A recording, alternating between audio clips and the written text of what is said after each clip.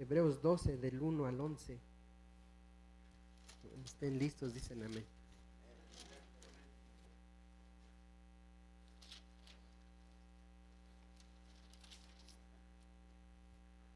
Si alguien necesita una Biblia, ahí tenemos Biblias también. Nadie, ¿está bien?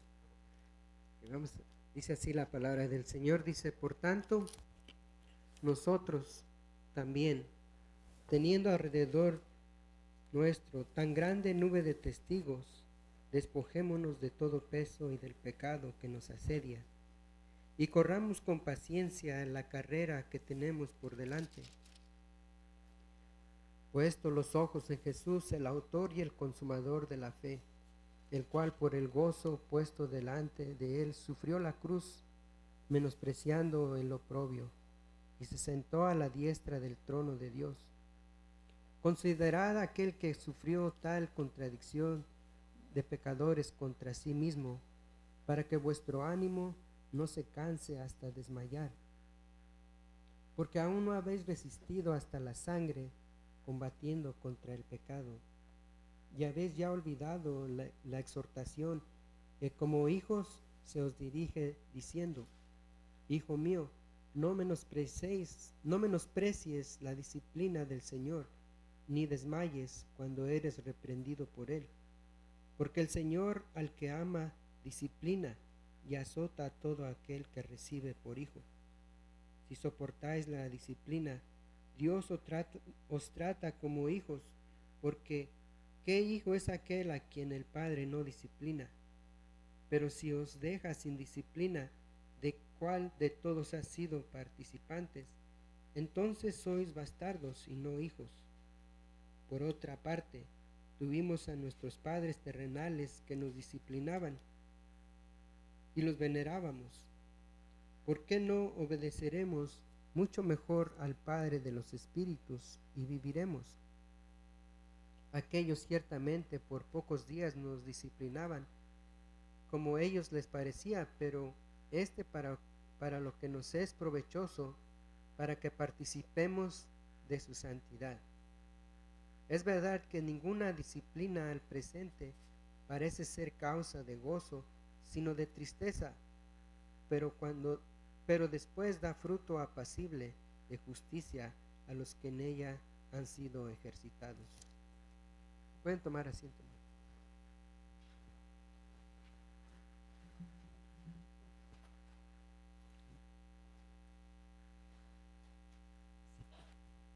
Dice, tenemos nuestro título del mensaje ahí, dice: poniendo nuestra mirada en Jesús.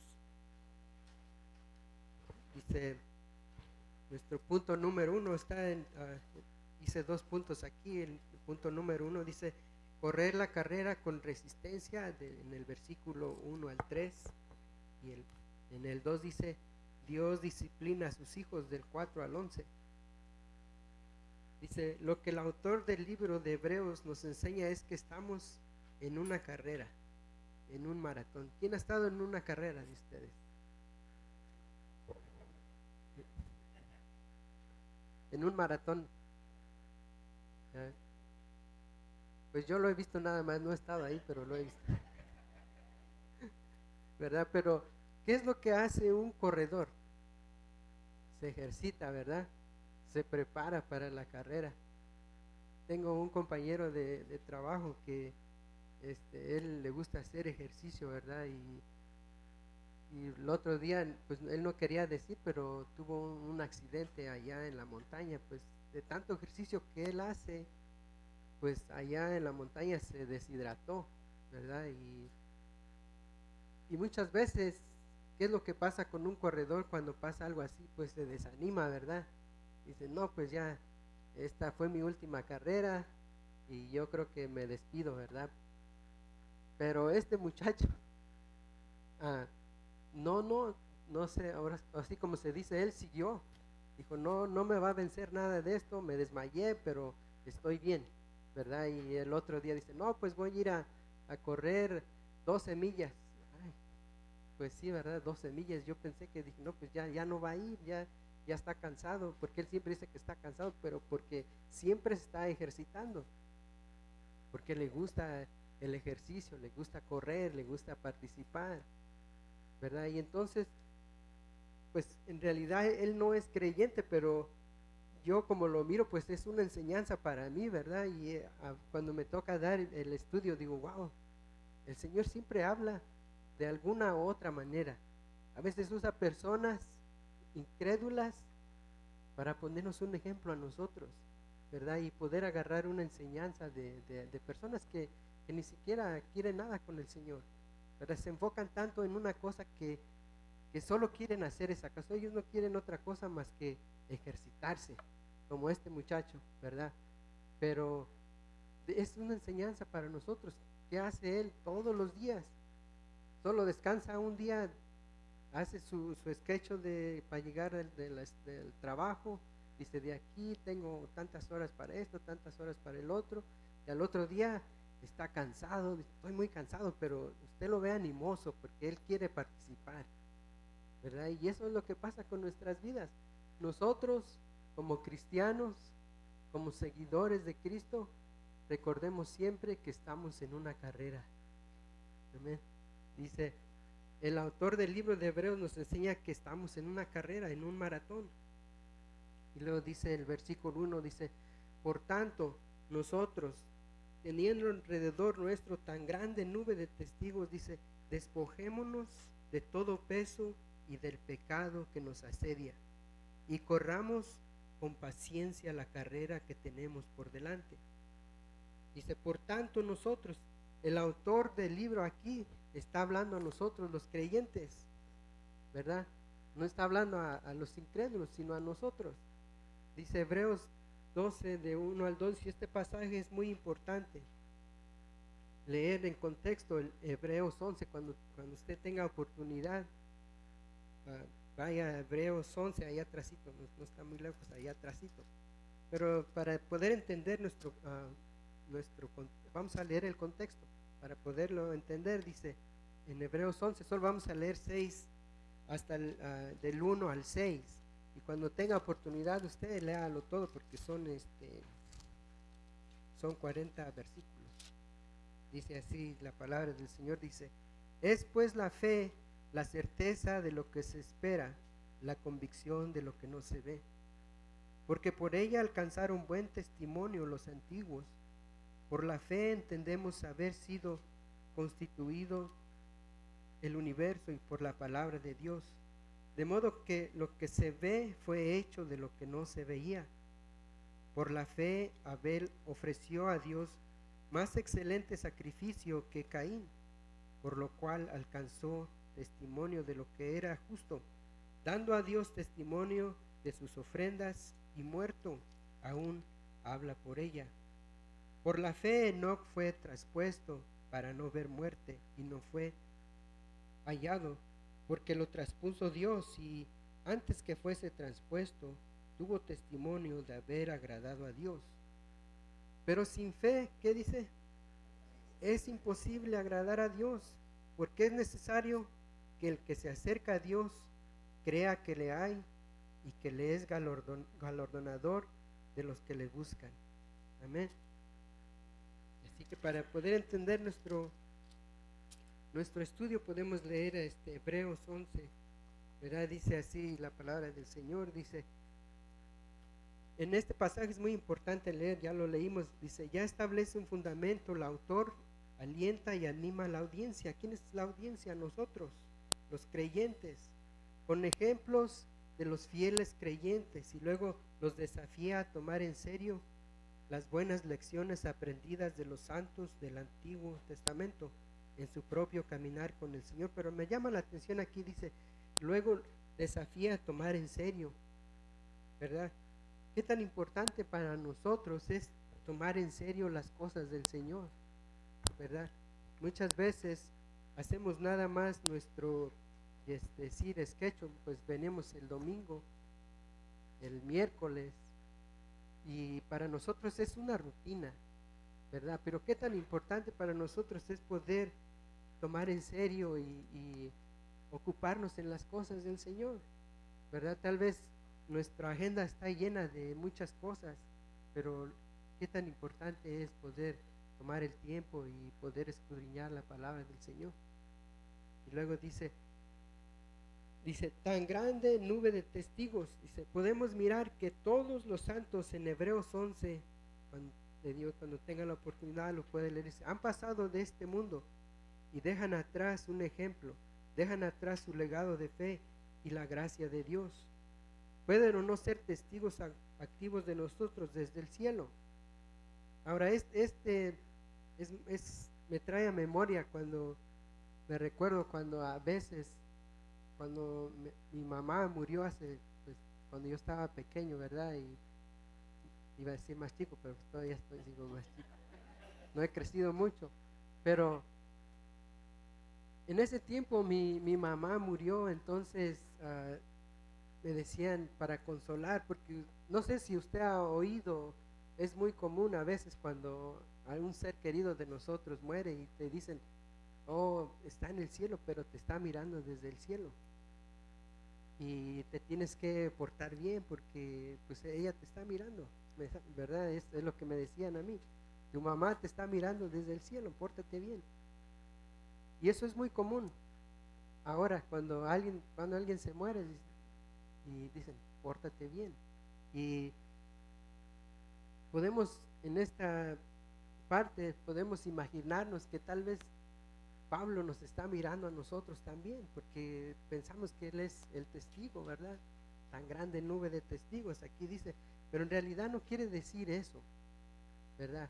Porque nosotros somos testigos de ellos, de lo que ellos han hecho en sus vidas, ¿verdad? Nosotros podemos reflejarnos en ellos ahora, ¿verdad? Y luego aquí dice, el punto principal es que en sus buenos ejemplos deberían estimularnos. Sus vidas demostraron que no era posible enfrentar las pruebas adversas de este mundo y vencerlas por fe. Hebreos 11 nos mostró que no eran supercreyentes en el sentido de que nunca pecan, sino que eran creyentes fieles y eligieron tener fe en Dios incluso cuando no era fácil, ¿verdad? ¿Qué tan importante es que nosotros a veces podemos pensar es que pues nosotros fallamos en todo tiempo, ¿verdad? No vamos a ser perfectos, vamos a ser perfectos hasta cuando estemos en la presencia del Señor, ¿verdad? Así que esto no, en nuestra vida diaria no nos puede desanimar, ¿verdad? Nuestras acciones no nos tienen que desanimar porque nuestra meta es Jesús, nuestra meta es seguir adelante, nuestra meta es seguir la carrera, enfocarnos en nuestra carrera que es la meta, que es Cristo Jesús. Y aquí puse una ilustración, ahí la tienen también ustedes, y me pareció que es para que podamos entender un poquito más. Estos dos versículos el primero y el segundo tienen mucho que enseñarnos a nosotros y todo, pero especialmente en nuestra lección de ahora dice, y antes de que les lea les voy a leer primero, dice ilustración, imagine un jugador de béisbol en el estadio de Los Angelitos, yo le puse Los Angelitos, pero tal vez usted le va a los Dodgers, ¿verdad? Dice, es un novato que se prepara para jugar su primer partido. Su entrenador le recuerda que todos los grandes de béisbol del pasado que se pararon en el mismo lugar al lado del plato preparándose para batear hacia las vallas. Esto inspira a ese jugador de béisbol novato a hacer todo lo posible para tratar de seguir los pasos de los héroes del béisbol del pasado. Quizás esta imagen nos pueda ayudar a entender de cómo el escritor está tratando de motivar a los lectores, que somos nosotros. Él está inspirado a los creyentes y alentándolos a que de hecho es posible vivir una vida fiel incluso en medio de una generación torcida y oscura, que es lo que estamos viviendo ahora, ¿verdad? Pero esta ilustración, antes de que yo la pusiera aquí, yo tuve una conversación con un amigo, y este amigo tiene un nieto, y el nieto pues nosotros lo miramos crecer de chiquito, ¿verdad? Y hace poco, pues el niño ya tiene como 9 años y lo miré en una foto, él lo trae en un llaverito con su vestimenta ¿cómo se llama? De béisbol, con su gorra, su traje, su uniforme. Y le digo, oh, mira que ya creció muy rápido. Sí, dice, ya creció. Dice, pero le gusta mucho el béisbol, dice. Y dice, tú le preguntas de todo lo de béisbol y te lo sabe, tiene 9 años. De los grandes que jugaron hacia atrás y de los que están ahora jugando. Dice, tú le preguntas todo, saben todo, dice, de ellos. Haz de cuenta una biografía que él ya tiene en su mente. Dice, y aparte, dice, hace todos los movimientos de un ¿cómo se le podría decir? De un profesional. Todo, dice. Es más, ya ve, hasta escupe para un lado, para el otro lado, dice. Todo lo que hace un jugador, dice, él lo imita. Y digo, wow, que un niño de 9 años haciendo todo eso, aprendiéndose cada biografía de cada jugador, ¿verdad? Y eso, digo, ya son 2 veces, ¿verdad? Yo lo puedo mirar ahí, lo puedo mirar en el otro compañero del trabajo, de que cómo son, se pueden ellos preparar. Aún el niño, 9 años, ¿verdad? Ya se sabe la biografía de quién, y eso nos inspira a nosotros, ¿verdad? Aprendernos quién es Pablo, qué hizo Pablo, ¿verdad? Y poder seguir sus pasos. Este niño está siguiendo los pasos de estos jugadores, ¿verdad? Y qué tan importante, qué ejemplo para nosotros, qué ejemplo que nosotros podamos seguir nosotros los pasos de Cristo así de tan en serio, ¿verdad? Que es este niño. Hasta me llamó mucho la atención, así que ya son 2 veces que lo miro aquí. Luego dice, deshágase de todo peso. En una carrera, el peso es algo que frena al atleta. Y también puse otra ilustración, dice, hay una historia en la carrera de un maratón. Uno de los corredores del maratón llevó una mochila grande a la línea de salida. ¿Se imagina usted un corredor con su mochila?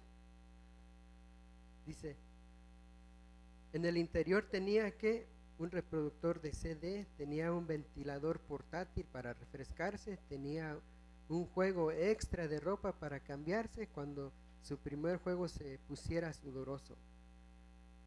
Si la historia fuera moderna, por supuesto que tendría una cámara digital, un iPad, un teléfono inteligente para poder mantenerse en contacto con sus amigos durante la carrera, ¿verdad? Un corredor haciendo eso, pues no es un corredor, ¿verdad? Dice, pero ¿qué es? Y luego dice abajo, ¿en alguna de estas cosas son malas? No son necesariamente en la situación adecuada, podrían considerarse cosas buenas, pero son innecesarias. Lo hace lento, lo entorpece al corredor, ¿verdad? Entonces, ¿qué es lo que tenemos que hacer? Quitarnos las cosas que nos estorban para seguir a Cristo, ¿verdad? Y eso, pues, eso es personal. Nosotros sabemos qué cosas nos impiden la carrera, ¿verdad? Solo estar recordando de que estamos en una carrera siempre, ¿verdad? Y hay cosas que a veces nos detienen, ¿verdad? Y eso es como decía, es personal. Nosotros debemos analizar nuestra vida, nuestro corazón, cómo está alineado con Cristo. Dice, debemos de recordar que nosotros también estamos en una carrera. Nuestra vida es corta, no tiene sentido, pero tenemos un propósito y una meta siempre. Debemos mantener nuestro objetivo delante de nosotros. No permita que las cosas buenas, entre comillas, le impidan disfrutar de lo mejor. No permita que nada lo distraiga de lo que sabe que Dios quiere que haga. Tal vez el Señor te está llamando a servir. Dice Pastor Mayo, pues es que te puedes hacer tu aplicación. Dice, pues yo no sé en dónde puedo servir, pero el Señor te va a preparar. Si Dios ha puesto en tu corazón eso, Dios lo va a hacer. Dios te va a poner en el lugar adecuado. Dice, es muy fácil llenar nuestros horarios con cosas que no son las más productivas. A veces necesitamos evaluar y considerar qué actividades podemos necesitar y recordar para qué podemos ser productivos. También debemos estar dispuestos a decir no. A veces la gente nos pide que hagamos cosas que nos pueden entorpecer o distraer, ¿verdad? Y es muy común a veces, pero sí nosotros debemos de considerar en qué parte podemos nosotros ser efectivos y servir a Dios. Y tenemos que estar siempre metidos en la carrera, siempre ejercitándonos, siempre leyendo la palabra de Dios. Luego dice el pecado,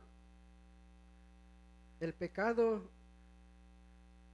aquí puse una nota, dice el pecado de la incredulidad, pues si lo quiere anotar ahí, esa ausencia de la fe. Dice, ¿qué tan fácilmente nos enreda? Este aspecto es fácil de entender. Es fácil de entender. El pecado es astuto, es tan fácil empezar a tolerarlo. El pecado de la incredulidad. El pecado construye un nuevo muro entre nosotros y Dios, y nos impide ser efectivos en nuestro servicio para Él. Sea rápido para reconocer el pecado y arrepiéntase de él. El pecado puede evitar que avancemos en nuestra carrera. Empezamos a creer siempre. El pecado de incredulidad es cuando nosotros ponemos nuestra mirada en el hombre, ¿verdad? Y a veces no miramos bien las cosas que está pasando alrededor de nosotros y podemos desviarnos de la carrera, ¿verdad? A veces el testimonio de alguien es muy fuerte, y si nosotros no estamos en la palabra del Señor, es fácil que nosotros nos desviemos, y eso es lo que nosotros tenemos que tener cuidado, ¿verdad? Muchas veces, y yo creo que nosotros hemos conocido a alguien en nuestra vida, en nuestro caminar, algún hermano que dice, oh no, pues allá, ahí no voy, porque pasó esto, pasó el otro. ¿Qué pasó? Se desvió, miró al hombre y no a Cristo. Entonces, nosotros como creyentes, como corredores en el maratón, me ha tocado mirar, como le digo, yo no he estado en un maratón, pero a veces alguien va cansado, dice, no, ya no puedo más, pero el que va a llegar primero a la línea, ¿qué hace? Se espera y lo levanta y lo lleva a la meta. Así debemos de ser nosotros como hermanos, ¿verdad? Siempre mirando quién está quedando atrás, y no en criticarlo, porque a veces eso pasa con nosotros. Creemos que somos más espirituales que el otro hermano. Oh, pues cayó por esto. Nosotros sacamos nuestra propia conclusión, ¿verdad? Pero nosotros debemos de alentarlo, de llevarlo y tener paciencia con él, ¿verdad? Orar por él y preguntar qué pasó, y a veces nosotros podemos caer en el error también de preguntar y hacer una plática y, oh, ¿por qué pasó esto? No, simplemente nosotros debemos ser obedientes. ¿Sabes qué? No quiero oír, solo quiero orar por ti. ¿Qué es lo más que podemos hacer? ¿Verdad? A veces la plática, y a veces suele pasar en nuestra plática, debemos de tener cuidado qué es lo que podemos nosotros transmitir a nuestros hermanos, ¿verdad? Sí, debe ser de edificación para nuestros hermanos y levantarlos cuando los miremos que están cayendo, ¿verdad? Dice en 1 Corintios 9:24, nueva versión internacional, dice, ¿no saben que una carrera todos los corredores compiten, pero solo uno obtiene el premio? Hebreos 10:36 dice, porque es necesaria la paciencia para que, habiendo hecho la voluntad de Dios, obtengáis la promesa. Y luego dice también, corramos con paciencia. La vida cristiana es una carrera, no es una carrera de velocidad, sino un maratón. Cada uno de los santos en Hebreos 11 enfrentó muchos desafíos y pruebas y tentaciones, y a veces tropezaban en el camino, pero se volvían a levantar y finalmente terminaban la carrera. Vea que es importante mirar a nuestro hermano alrededor y poderlo llevar con nosotros, ayudarlo. Desafortunadamente hay muchos creyentes que se apartan. Es raro ver creyentes servir fielmente a Dios durante todo el caminar de su vida, ¿verdad? Las estadísticas nos dicen que la mayoría de los pastores, podemos decir servidores, misioneros, dejan el ministerio en algún momento. Eso no significa que necesariamente que no terminen la carrera cristiana, pero es un recordatorio de que es difícil seguir adelante, ¿verdad? No es fácil. Nuestra carrera cristiana no es fácil. Hay muchos obstáculos en nuestra vida, muchos desánimos, ¿verdad? Pero recordemos que Dios siempre está con nosotros. Recordemos los ejemplos que nos han dejado estos grandes héroes, como si podíamos decirle, ¿verdad? Recordemos el testimonio de ellos, ¿verdad? No es fácil, y aquí dice, eso no significa necesariamente que no terminen la carrera cristiana, ¿verdad? Muchos podemos decir, no, pues yo no creo que él se levante, porque en realidad conocemos personas que han estado en una iglesia, han aceptado al Señor, pero usted los mira sus vidas y dice, no, él no la va a hacer, ¿verdad? Pero tengamos fe, ¿verdad? Tengamos fe de que Él lo va a lograr también con nosotros. Amén. O podemos estar en una situación nosotros, tal vez, ¿verdad? Y hay alguien que nos va a dar ánimo, así como este niño, como este joven que trabajo con él, ¿verdad? Nos dan un ejemplo a seguir adelante, que podemos terminar una carrera, que podemos enfocarnos en Cristo, ¿verdad? Dice, ¿cómo podemos obtener más resistencia? ¿Cómo podemos afrontar las pruebas? El versículo dice, puesto los ojos en Jesús, el autor y consumador de la fe, el cual por el gozo puesto de delante de él sufrió la cruz. Ahí tenemos la respuesta, ¿cómo podemos afrontar las cosas? Dice, menospreciando lo oprobio, se sentó a la diestra del trono de Dios. Dice, puesto los ojos en Jesús. En este versículo encontramos la respuesta. No debemos ser como Pedro. Dice que apartó los ojos de Jesús cuando caminaba sobre el agua y vio las olas rompiendo a su alrededor. Entonces, ¿qué pasó? Su fe vaciló, comenzó a hundirse. Lo mismo nos sucederá a nosotros si empezamos a centrarnos en las circunstancias, en el mundo en que nos rodea, en lugar de Jesús, ¿verdad? Como miramos a Pedro, ¿verdad? Que vaciló, y después de que miró que el mar estaba muy fuerte, ¿qué pasó? Vaciló, tuvo miedo. Y es lo que pasa con nosotros a veces, ¿verdad? No estamos ausentes de lo que pasa alrededor de nuestra vida. Filipenses 2, del 8 al 9, nueva versión internacional, dice, y al mantenerse y al manifestarse como hombre, se humilló a sí mismo y se hizo obediente hasta la muerte, y muerte de cruz. Por eso Dios lo exaltó hasta lo sumo y le otorgó el nombre que es sobre todo nombre. La muerte de Jesús nos redimió para Él mismo. Nuestra salvación fue lo suficiente digna como para que Jesús afrontara toda la indignación y sufrimiento en su tarea hasta que logró nuestra salvación. Después de que lo cumplió, se sentó a la diestra de Dios. Qué ejemplo, ¿verdad? Aquí podemos mirar que la muerte de Jesús nos redimió Él mismo. Nuestra salvación no fue lo suficiente digna, ¿verdad? Entonces miramos que Jesús es nuestro Salvador. Siempre debemos de recordar lo que Él hizo por nosotros en la cruz del Calvario. Dice, considerad, el versículo 3 dice, considerad aquel que sufrió tal contradicción de pecadores contra sí mismo, para que vuestro ánimo no se canse hasta desmayar. Considerad este ejemplo, debemos de pensar en ello y meditar en ello. ¿Qué debemos hacer debido al ejemplo de Jesús? No debemos cansarnos ni desmayarnos, debemos de perseverar, ¿verdad? Que eso es lo que debemos hacer nosotros. Debemos siempre recordar lo que Él hizo por nosotros en la cruz del Calvario y seguir adelante en nuestra carrera.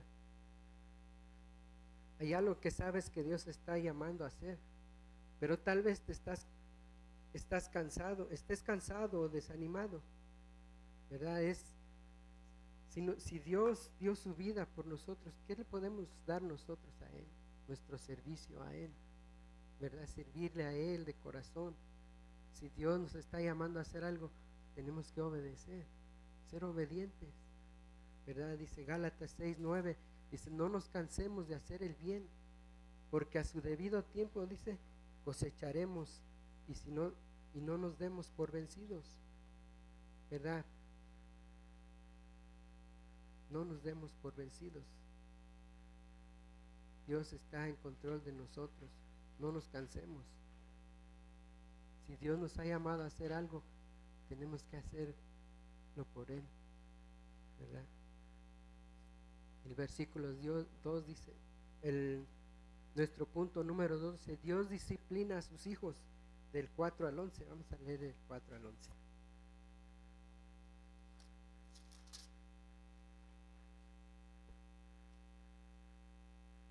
Dice, porque aún no habéis resistido hasta la sangre combatiendo contra el pecado, y si habéis ya olvidado la exhortación que como hijos se os dirige diciendo, hijo mío, no menospreciéis la disciplina del Señor, ni desmayes cuando eres reprendido por Él, porque el Señor al que ama disciplina, y azota todo al que recibe por hijo. Si soportáis la disciplina, Dios os trata como hijos, porque ¿qué hijo es aquel a quien el Padre no disciplina? Pero si os deja sin disciplina, de lo cual todos han sido participantes, entonces sois bastardos y no hijos. Por otra parte, tuvimos en nuestros padres terrenales que nos disciplinaban y los venerábamos. ¿Por qué no obedeceremos mucho mejor al Padre de los espíritus y viviremos? Y aquellos ciertamente por pocos días nos disciplinaban, como a ellos les parecía, pero para que os es provechoso, para que participemos de su santidad. Es verdad que ninguna disciplina al presente parece ser causa de gozo, sino de tristeza, pero después da fruto apacible de justicia a los que en ella han sido ejercitados. Dice, Dios disciplina a sus hijos. Versículo 4 dice, porque aún no habéis resistido hasta la sangre combatiendo contra el pecado. Ninguno de los que leyeron Hebreos 12 todavía no habían dado su vida o sido martirizados por su creencia, todavía no habían pagado el precio máximo, ni habían sido probados con la última prueba. Si los santos de Hebreos 11 pudieron perseverar hasta el final, algunos hasta el punto de dar su vida por la fe, nosotros también debemos hacerlo. Los Hebreos 11 pudieron perseverar hasta el final, algunos hasta el punto de dar su vida. Romanos 8:17, nueva versión internacional, dice, y si somos hijos, somos herederos, herederos de Dios y coherederos de Cristo, pues si ahora sufrimos con Él, también tendremos parte con Él en la gloria.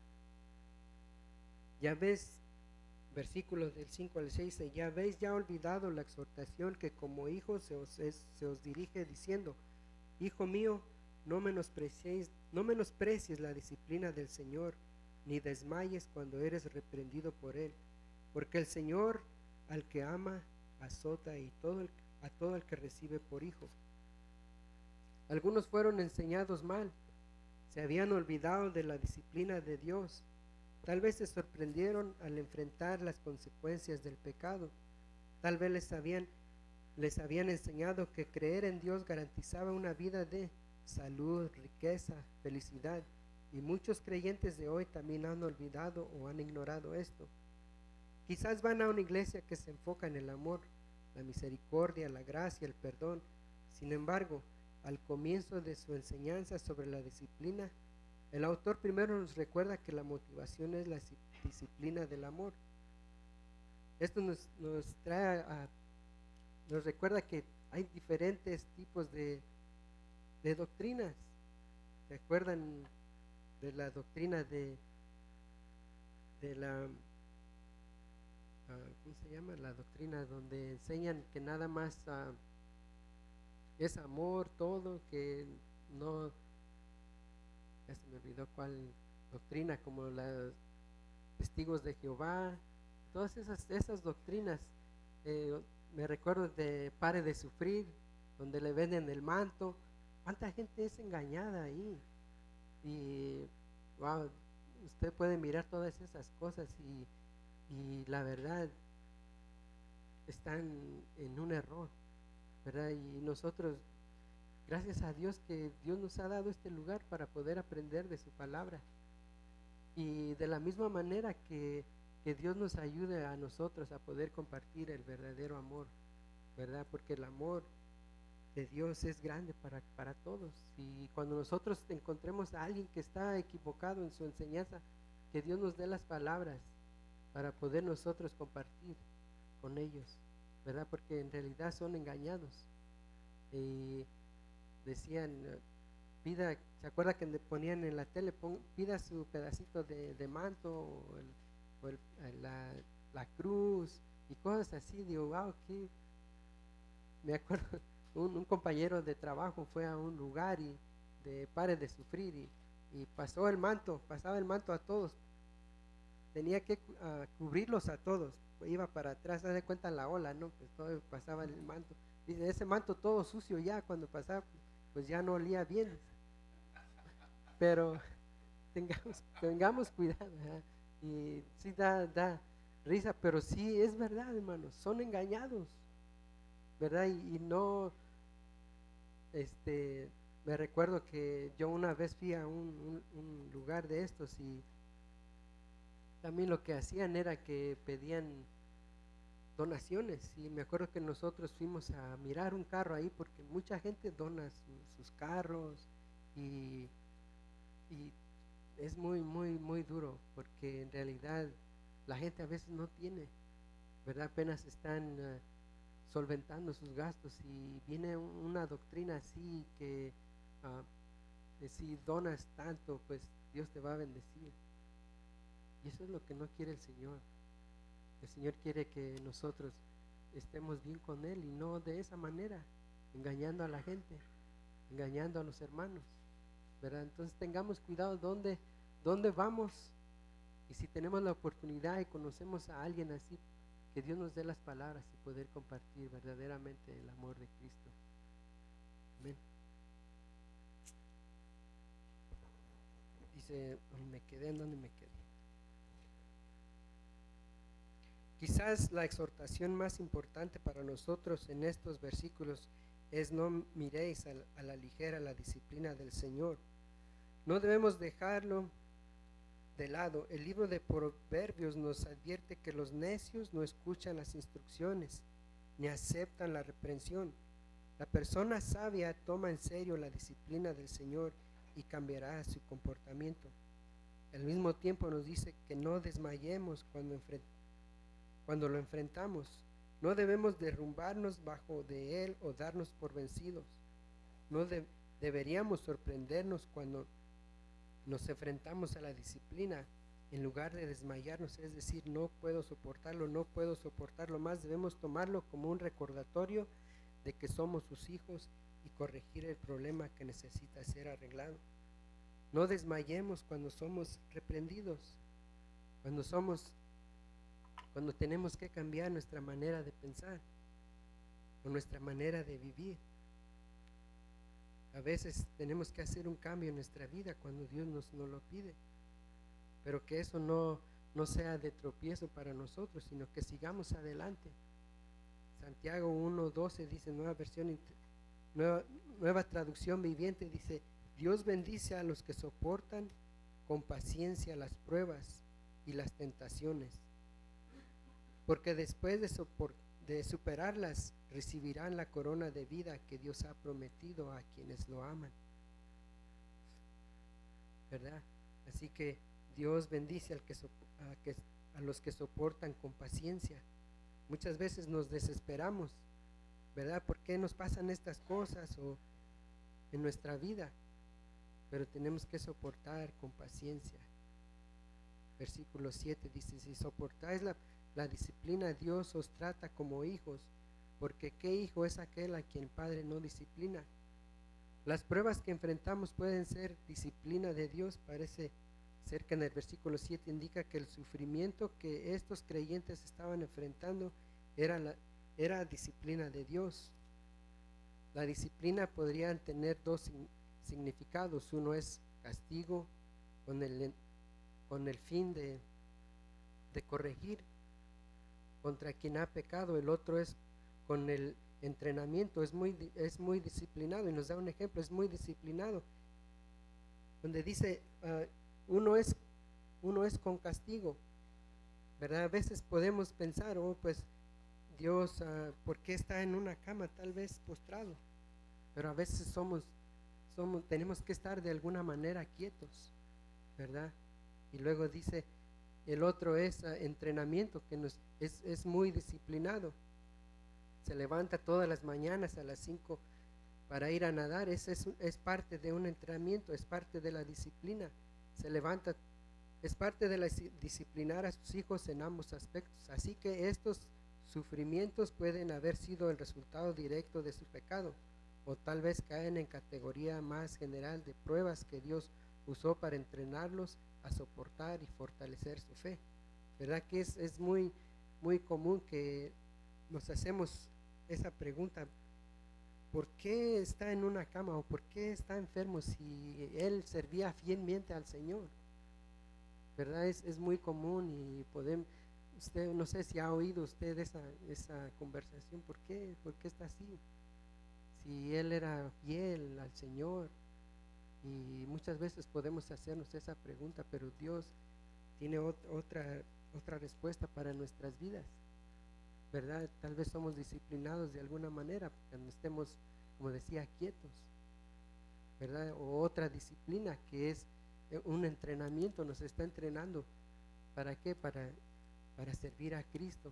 No sé en qué área nos quiere poner el Señor, pero de esa manera nos quiere entrenar, nos quiere disciplinar, ¿verdad? Dice: ¿qué hijo hay a quien su padre no disciplina? El objetivo principal de este pasaje no es enseñar a los padres a disciplinar a sus hijos. Sin embargo, esta es una aplicación secundaria de este pasaje. Esta frase implica que todos los padres deben hacer esto. En este momento de la historia, probablemente la mayoría de ellos hicieron la aplicación. Es clara. Efesios 6:4: padres, dice, no provoquéis a ira a vuestros hijos, sino criadlos en disciplina y amonestación del Señor. Deuteronomio 8:5, Nueva Versión Viviente, dice: ten por cierto que si como el padre disciplina a su hijo, el Señor tu Dios te disciplina por tu propio bien. Si nosotros amamos a nuestros hijos, debemos disciplinarlos, porque ¿qué es amar? Disciplinar. Cuando el mundo porque ¿qué es amar o disciplinar cuando el mundo en estos días dice que esto no es amor? Una razón para no disciplinar es que no es conveniente, o el padre no lo disfruta, le duele emocionalmente a los padres. Básicamente esto es más fácil no hacerlo. El amor está dispuesto a hacer lo necesario, por difícil e inconveniente que sea, por el bien de los demás.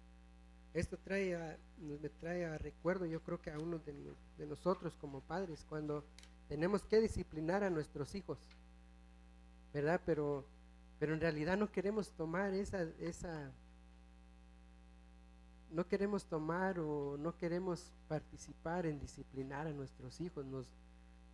Nos echamos para atrás, no queremos hacerlo.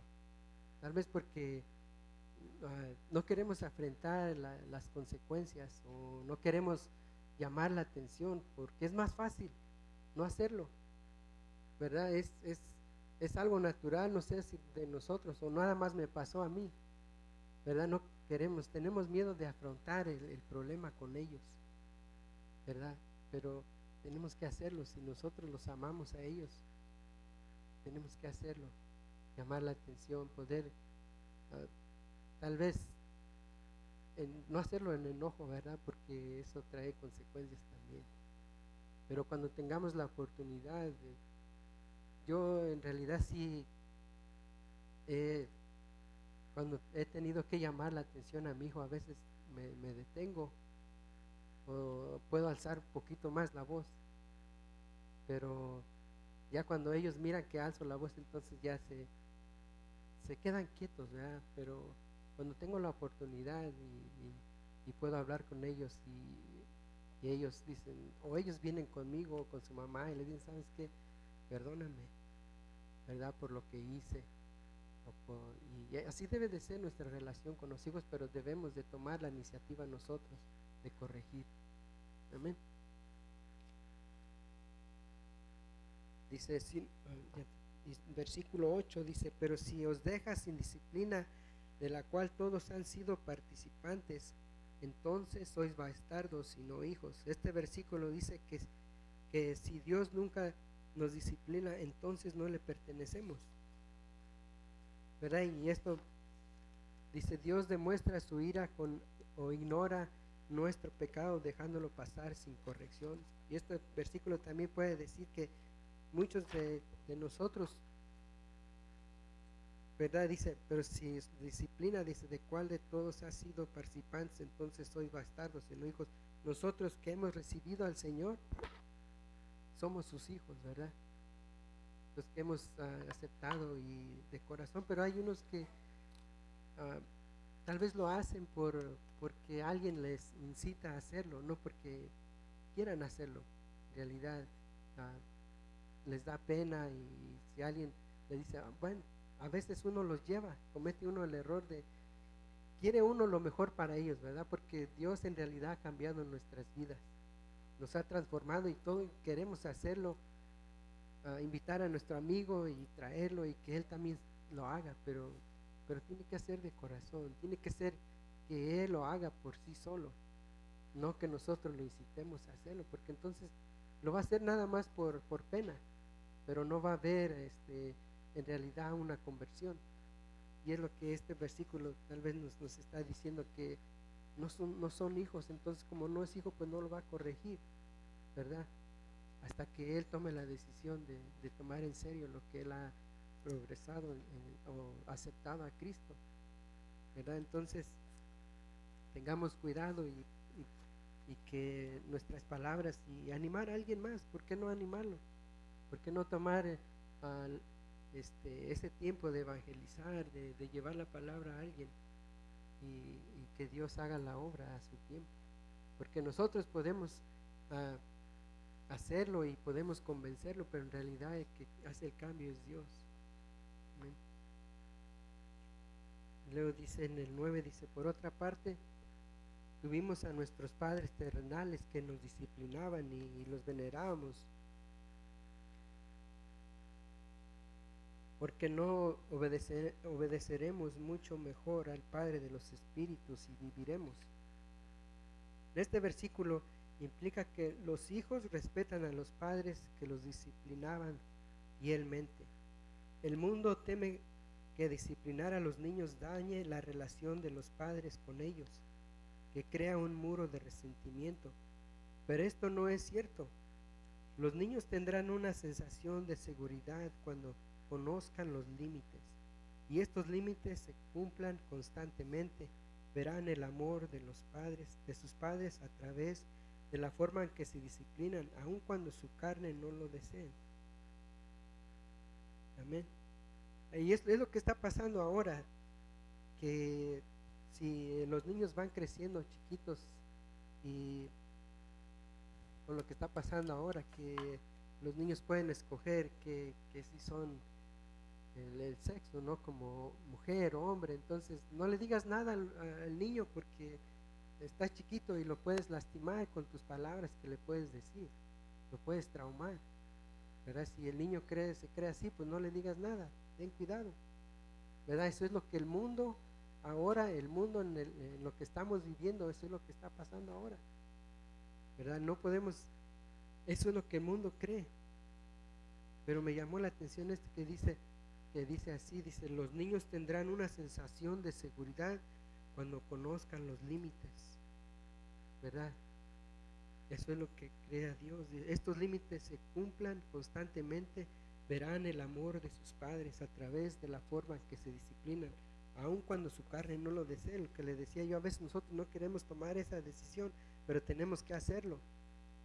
Puedo decir por experiencia personal, me alegro de que la familia donde estuve viviendo durante mi infancia me haya disciplinado y nunca dañé mi relación con ellos en lo más mínimo. Debemos de sujetarnos a Dios. Eso significa que debemos aceptar la corrección de Él, someternos a su autoridad de corazón. Todo este pasaje nos demuestra claramente un aspecto de nuestra relación con Dios. Si Jesús llamó amigos a sus discípulos, si Dios responde nuestras oraciones, pero Él no es un Papá Noel poderoso en el cielo.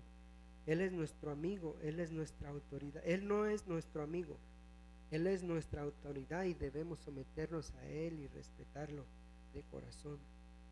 A veces nosotros y hemos oído, es que Dios es mi amigo, ¿verdad? Y no debemos de ser así. Debemos de respetarlo porque Él es nuestra autoridad. Versículos 10 y 11, ya casi se termina el tiempo, dice: aquellos ciertamente por pocos días nos disciplinaban como a ellos les parecía, pero para lo que no es provechoso, para que participemos de su santidad. Es verdad que ninguna disciplina al presente parece ser causa de gozo, sino de tristeza, pero después da fruto apacible de justicia en los que en ella han ejercitado. Estos versículos nos dicen el propósito de la disciplina. El objetivo no es avergonzarnos, el objetivo no es hacernos daño, el objetivo no es buscar venganza, el objetivo es ser una salida para el enojo, como el padre golpea a su hijo con enojo y luego se siente mejor. Después de ese enojo que descarga sobre su hijo, el objetivo es la corrección. Este punto no puede ser exagerado. Para los padres esto significa que la disciplina debe combinarse con una enseñanza clara y dirigida al corazón, no al comportamiento externo.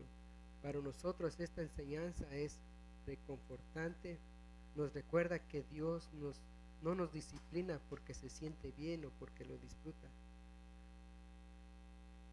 Experimentar o dar disciplina no es divertido, es duro y triste, pero da fruto, corrige y cumple su propósito de cambiar el corazón y la vida de las personas. Dice, pero da fruto. Santiago 3, 17 al 18, nueva versión viviente, dice: sin embargo, la sabiduría que proviene del cielo es, ante todo, pura y también ama la paz. Siempre es amable y dispuesta a ceder ante los demás. Está llena de compasión y da fruto de buenas acciones. No demuestra favoritismo y siempre es sincera. Y los que procuran la paz sembrarán semilla de paz y recogerán una cosecha de justicia. Amén. Como aplicación, ¿qué te impide correr la carrera? ¿Estás siendo disciplinado? Pónganse de pie, hermano.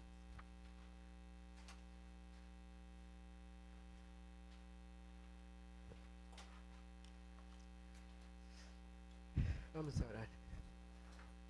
Si necesitas oración, los hermanos van a estar afuera también. Vamos a orar. Señor, te damos gracias en esta noche, Señor. Gracias, Padre, por tu palabra, Señor. Gracias, Padre, que usted tiene cuidado de nosotros, Señor, y que usted es nuestra guía, Señor, en la carrera que estamos tomando, Señor, hasta que usted venga, Señor. Te doy gracias, Señor, por tu palabra, Señor. Gracias que tu palabra, Señor, es viva, Señor, y eficaz para nuestras vidas. Te doy gracias, Señor, porque usted es nuestra guía. Y te doy gracias también por mis hermanos, Señor, que estuvieron aquí, Señor. Bendice sus vidas, Señor. Y te doy gracias, Señor, por lo que hizo y va a hacer en nuestras vidas durante este tiempo, durante esta semana, durante nuestro caminar con usted, Señor. Te damos gracias en el nombre de Jesús. Amén.